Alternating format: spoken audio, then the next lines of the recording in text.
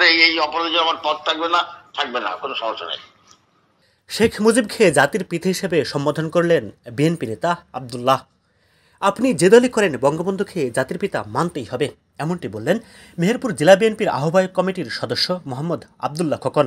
BNP করো, আওয়ামী লীগ করো, যাই করো, বঙ্গবন্ধু জাতির পিতা, এটা স্বীকার করতে হবে। এটা স্বীকার না করলে বাংলাদেশ স্বীকার করা যাবে না।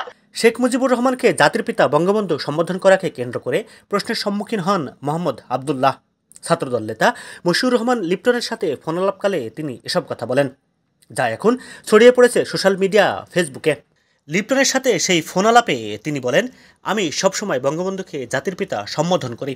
মেজর জিয়াউর রহমান, মির্জা ফখরুলও শেখ মুজিবুর রহমানকে জাতির পিতা বঙ্গবন্ধু সম্বোধন করেন। জিয়া রহমানও এটা স্বীকার করে গেছে, আমরা যার দল করি দলের প্রতিষ্ঠাতা জিয়া রহমানও এটা স্বীকার করে গেছে।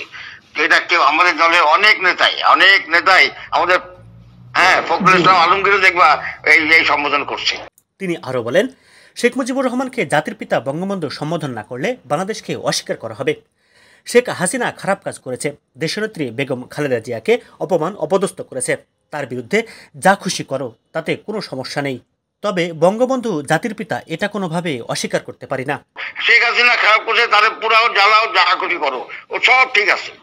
সে আমাদের নেত্রীকে অপমান করছে, আমাদের চোখে সব করছে, সব ঠিক করো, তার বিরুদ্ধে সব করো, অসুবিধা নেই। কিন্তু তুমি বঙ্গবন্ধু জাতির পিতা এটা অস্বীকার করা কোনোভাবে যাবে না, এটা আমরা করতে পারি না।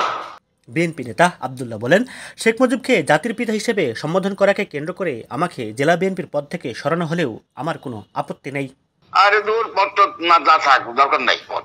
যদি মনে করে এই অপরাধের জন্য আমার পদ থাকবে না, কোনো সমস্যা নেই। সোশ্যাল মিডিয়াতে ছড়িয়ে পড়া ফোনালাপের বিষয়ে মেহেরপুর সরকারি কলেজের সাবেক ভিপি ও জেলা বিএনপির আহ্বায়ক কমিটির সদস্য মোহাম্মদ আবদুল্লাহ খোকন সাংবাদিকদের একই কথা বলেন। এইখানে আমি লিখছি যা বলছে এর ভিতরে কি কোনো ভুল বলছি?